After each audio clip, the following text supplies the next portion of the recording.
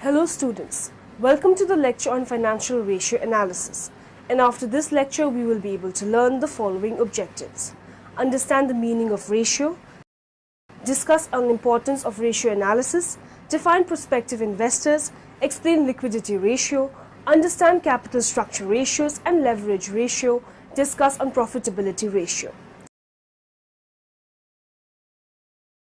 Let's start with the concept of financial ratio analysis. A sustainable business and mission requires effective planning and financial management. Ratio analysis is a useful management tool that will improve the understanding of financial results and trends over time and provide key indicators of organizational performance. Managers will use ratio analysis to pinpoint strengths and weaknesses from which strategies and initiatives can be formed. Founders may use ratio analysis to measure results against other organizations or make judgments concerning management effectiveness and mission impact. Ratios can be divided into four major categories: profitability, sustainability, operational efficiency, liquidity, leverage, funding, debt, equity and grants. Let us now discuss the meaning of ratio. A financial analysis comparison in which certain financial statement items are divided by one another to reveal the logical interrelationships. Some financial ratios such as net sales, net worth ratio and net income to net sales ratio are called primary because they indicate the fundamental causes underlying a company's strengths and weaknesses.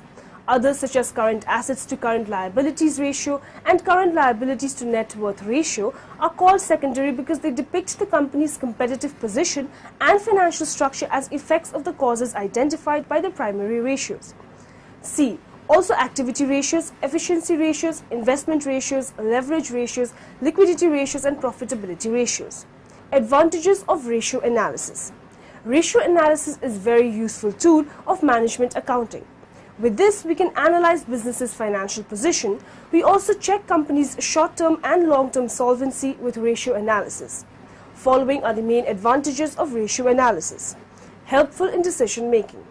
All our financial statements are made for providing information, but this information is not helpful for decision making because financial statements provide only raw information. Helpful in financial forecasting and planning. Every year we calculate lots of accounting ratios. When we make trend of all these ratios, we can get useful information for our future forecasting and planning. Helpful in communication. Ratio analysis is more important from communication point of view. Suppose we have to appoint new sales agents for our company. At that time, we can communicate them by using our company's sales and profits related ratios. Helpful for shareholders' decisions. It is very helpful for the shareholder to take the important decisions. For example, I am a shareholder. I want to invest in any company's shares. Prospective investors. Before writing a business plan, put the investor's place and consider what the investor might be looking for when reading business plan. Beyond the basics, however, there are key areas that investors will focus on. While the particulars may differ depending on the type of investor, the amount of the funding required and the nature of the business, there are 5 main things investors will be looking for.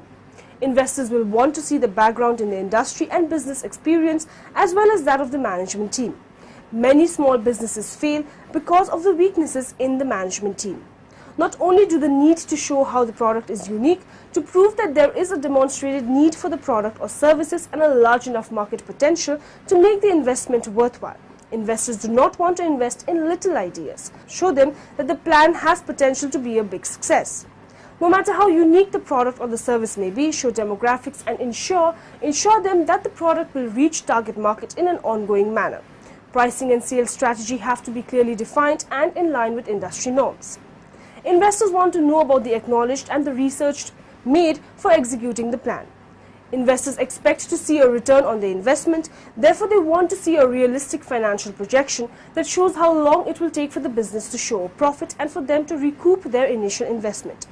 They will also want to see a clear exit strategy, a way to make a profit and move on to the next deal. Make sure the plan has all the information which investors want to see and put it where it is easy to find. Many would-be investment plans bury or ignore the key investor concerns. Some of these concerns are how much money needed and how much ownership expected to give. Planner may be asked to show the valuation of the business, but if the plan evaluation is unrealistic, then it is not credible. Investors want to invest in growth, not own a peace of mind. Always show how the funds will be used. Who else is involved and to what extent? Specify the details of the founder shares, employee options, and the investor shares. Liquidity ratio. Liquid ratio is also termed as liquidity ratio, acid test ratio, or quick ratio. It is the ratio of liquid assets to current liabilities. The true liquidity refers to the ability of a firm to pay its short-term obligations as and when they become due. A liquidity ratio measures a company's ability to pay its bills. The denominator of a liquidity ratio is the company's current liabilities, that is, the obligations that the company must meet soon, usually within a year. The numerator of the liquidity ratio is part or all of the current assets. Perhaps the most common liquidity ratio is the current ratio, or the current assets or the current liabilities. Because current assets are expected to be converted to cash within 1 year, this liquidity ratio includes assets and liabilities of equal longevity. The problem with the current ratio as a liquidity ratio is that inventories, a current asset, may not be converted to cash for several months, while many current liabilities must be paid within 90 days. Thus, a more conservative liquidity ratio is the acid test ratio. Current assets, inventory, current liabilities, which exclude relatively illiquid inventories. The most conservative liquidity ratio is the cash asset ratio or the cash ratio, which includes only cash and cash equivalents, usually marketable securities, in the numerator. Finally, note that the liquidity ratio sometimes means the cash ratio. Components. The two components of liquid ratio, acid test ratio or quick ratio, are liquid assets and liquid liabilities. Liquid assets normally include cash bank, sundry debtors, bill receivable, and marketable securities or temporary investments. In other words, they are current assets minus the inventories, stock, and the prepaid expenses. Inventories cannot be termed as liquid assets because it cannot be converted into cash immediately without a loss of value. In the same manner, prepaid expenses are also excluded from the list of liquid assets because they are not expected to be converted into cash. Similarly, liquid liability means current liabilities, that is, sundry creditors, bills payable, outstanding expenses, short-term advances, income tax payable, dividends payable, and bank overdraft only if payable on demand. Sometimes bank overdraft is not included in current liabilities on the argument that bank overdraft is generally a permanent way of financing and is not subject to be called on demand. In such cases, overdraft will be excluded from the current liabilities. Ratio analysis. A way to avoid the problems associated with comparing companies of two different sizes is to use financial ratios. Such financial ratios are ways of comparing the relationship between two or more financial items. It is important to note that many analysts calculate and title ratios differently, so if you are using ratios to analyze a statement, it is important to document how each ratio is calculated, and if you are comparing your ratios to someone else's, it is important to know how their ratios were calculated. When calculating ratios, several questions should be asked. How was the ratio calculated? What is the intended purpose of the financial ratio? What is the unit that the ratio is measuring? What is a high or low value telling us? How can these values be misleading? How could we improve on this measure? Financial ratios are usually grouped into the following categories: short-term solvency, or liquidity; long-term solvency, for financial leverage; asset management, or turnover; profitability; and market value. Short-term solvency or liquidity measures. These ratios are used to measure a company's short-term liquidity. The main concern is the company's ability to pay its bills in the short run without any undue stress. For obvious reasons, liquidity ratios are of special interest to short-term creditors. An advantage to looking at short-term items is that their market values and book values are likely to be similar. This is because their lives are not long enough to become too mispriced. The current ratio. The current ratio is one of the most commonly used ratios. It is calculated as current assets divided by current liabilities. In our example, on the balance sheet, you can see that we have $653,000 in current assets and $552,000 in current liabilities. Since current assets and current liabilities are converted to cash over the next 12 months, the current ratio is a measure of short-term solvency. It is measured in either times or in dollars. In our example, we have $1.18 in current assets for every dollar in current liabilities. Or we could also say that we have 1.18 times as many current assets as we have in current liabilities. To creditors, the higher the current ratio, the less risky it would be to lend money. A high current ratio can indicate liquidity, but it can also indicate that a company is not efficiently using its assets and other short-term assets. If a company's current ratio is less than 1, then this would mean that they have negative net working capital. This would be an unusually unhealthy sign. The current ratio can be affected by many different types of transactions. Suppose the company took out a long-term loan. Its cash would go up and its long-term liabilities would go up. Its current liabilities would not be affected, and therefore its current ratio would increase. If a company has unused borrowing potential, then a low current ratio may not always be all that bad. The quick ratio, or acid test.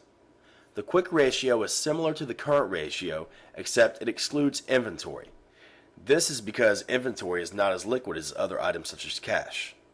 The purpose of the quick ratio is to measure whether or not a company could pay off its current liabilities if they were to come due today. The quick ratio is calculated as current assets minus inventory over current liabilities. The cash ratio. The cash ratio is an even more conservative ratio than the quick ratio, and it measures cash over current liabilities. A short-term creditor may be extremely interested in this ratio. The significance. The quick ratio acid test ratio is very useful in measuring the liquidity position of a firm. It measures the firm's capacity to pay off current obligations immediately and is a more rigorous test of liquidity than the current ratio. It is used as a complementary ratio to the current ratio. Liquid ratio is more rigorous test of liquidity than the current ratio because it eliminates the inventories and prepaid expenses as a part of current assets. Usually a high liquid ratio an indication that the firm is liquid and has the ability to meet its current or liquid liabilities in time, and on the other hand a low liquidity ratio represents that the firm's liquidity position is not good. As a convention, generally a quick ratio of 1:1, 1:1 is considered to be satisfactory. Although liquidity ratio is more rigorous test of liquidity than the current ratio, yet it should be cautiously and 1:1 standard should not be used blindly. A liquid ratio of 1:1 does not necessarily mean satisfactory liquidity position of the firm if all the debtors cannot be realized and cash is needed immediately to meet the current obligations. In the same manner, a low liquid ratio does not necessarily mean a bad liquidity position, as inventories are not absolutely non-liquid. Hence, a firm having a high liquidity ratio may not have a satisfactory liquidity position if it has slow-paying debtors.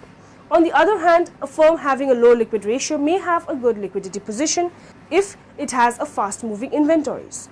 Capital structure ratios and leverage ratios. The capital structure or the leverage ratios may be defined as those financial ratios which measure the long-term stability and the structure of the firm. Capital structure ratios. Structural ratios are based on the proportions of debt and equity in the capital structure of the firm, whereas coverage ratios are derived from the relationships between debt servicing, commitments and sources of funds for meeting these obligations. These ratios indicate the mix of funds provided by owners and lenders and assure the lenders of the long-term funds. Leverage ratio. The financial leverage ratio is also referred to as a debt-to-equity ratio. The financial leverage ratio indicates the extent to which the business relies on debt financing. Upper acceptable limit of the financial leverage ratio is usually 2:1, with no more than 1/3 of debt in long term. A high financial leverage ratio indicates possible difficulty in paying interest and the principal while obtaining more funding. Asset management ratio or turnover ratio. Asset management ratios attempt to measure the firm's success in managing its assets to generate sales.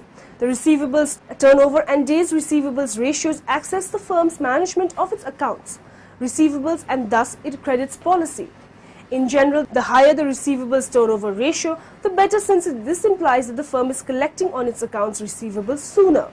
The receivables turnover ratio is calculated by dividing the sales by accounts receivables. Asset management ratios are the key to analyzing how effectively and efficiently small business is managing its assets to produce sales. Performance ratio. Financial performance ratios is used to depict the performance of a business. These ratios are derived from the items of a financial statement. To derive a financial ratio, one variable of the financial statement is divided by the other. It illustrates the relationship between two financial variables. A financial ratio is an important tool for small business firms and managers to measure the progress for achieving the targeted goals. Some of the important financial ratios which a firm would like to analyze. Activity ratio. An activity ratio is a metric which determines the ability of a company to convert its balance sheet accounts into revenue. An activity ratio is one of the several accounting ratios that measure how quickly a company can convert certain of its assets into cash or revenue. Three commonly assessed activity ratios are the asset turnover ratio, the inventory turnover ratio, and the receivables turnover ratio. An activity ratio, along with other accounting ratios, is used in fundamental analysis to determine the relative strength of a company compared to its competitors. The information used to calculate an activity ratio is found on a company's balance sheet or income statement. The asset turnover ratio indicates how quickly, on average, a company can turn an asset into cash. The asset turnover ratio is calculated by dividing the sales by the average total assets. The inventory turnover ratio indicates how often the company turns its inventory into revenue.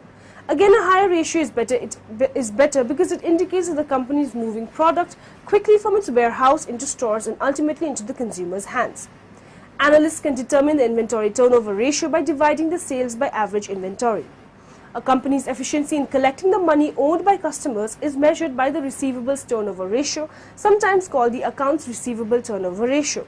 To determine this ratio, analysts divide net credit sales by average accounts receivable.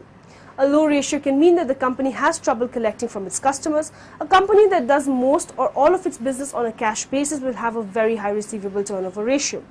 As with all accounting ratios that are used in fundamental analysis, it is important to compare any activity ratio between companies within the same industry. Some industries will typically have far lower ratios than others, so comparing companies across industries will usually produce irrelevant data. For example, an activity ratio for a manufacturing company will typically be far lower than the same activity ratio for a fast food company. In order for the comparison of an activity ratio between two or more companies to be useful, the companies should be in the same industry. Did you know, during the latter 1990s, the cost-performance ratios of the larger mainframe systems fell tremendously in comparison to a number of smaller microcomputers handling the same load. As a result, many of the older computer companies were shut down and people were put out of work. Profitability ratio. Profitability ratio measures how well a company is performing by analyzing how profit was earned relative to sales, total assets, and net worth. Three key financial business ratios to measure a company's efficiency are: this ratio measures the profits after taxes on the year's sales.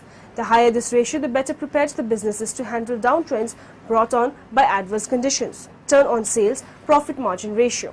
This ratio shows the after-tax earnings of assets and is an indicator of how profitable a company is. Return on assets ratio is the key indicator of the profitability of a company. It matches net profits after taxes with the assets used to earn such profits. A high percentage rate will tell that the company is well run and has a healthy return on assets. Return on assets ROA ratio. This ratio measures the ability of a company's management to realize an adequate return on the capital invested by the owners in the company. Profitability ratios. Profitability ratios measure a firm's ability to generate profits. There are a number of common profitability ratios, which we're going to discuss. The first is gross profit margin. This is sales minus cost of goods sold divided by sales. As discussed earlier, gross profit margin is a measure of how efficiently a company converts its cost of goods sold into sales. Profit margin on sales is the second profitability ratios. This is net income divided by net sales. The profit margin on sales measures your company's efficiency in converting sales into net income. The third ratio is return on assets. This is net income divided by average total assets. Return on assets, or ROA, measures the efficiency with which your company is utilizing its assets to generate net income. The fourth measure of profitability is return on equity. This is net income to common stakeholders' average shareholders' equity. Return on equity, ROE, measures the profits generated for each dollar of equity invested. The next is earnings per share. This is net income to common stockholders divided by weighted average shares outstanding. Earnings per share, or EPS, is a popular profitability ratio, measuring the portion of a company's earnings allocated to each outstanding share of common stock. And next we have price to earnings ratio. This is market price of stock divided by the earnings per share. The price to earnings, or P divided by E, is a measure of the quality of a company's earnings, that is, how much investors will pay per dollar of earnings. And last, we have payout ratio. This is cash dividends divided by net income. Payout ratio indicates the percentage of earnings distributed to shareholders in the form of dividends. Now, in the end, let us summarize what we have learned in this lecture. A financial ratio should be computed only if the relationship between the accounts or the categories has significance. The long-term creditors, like debenture holders and financial institutions, can determine the firm's long-term financial strength and survival with the help of leverage or capital structure ratio as debt-equity ratio. Ratio analysis is a tool brought into play by individuals to carry out an evaluative analysis of information in the financial statements of a company. Ratio analysis does not take into account the qualitative factors. It only presents the figures as they are. Liquid ratio is a more rigorous test of liquidity than the current ratio because it eliminates the inventories and prepaid expenses as a part of current assets.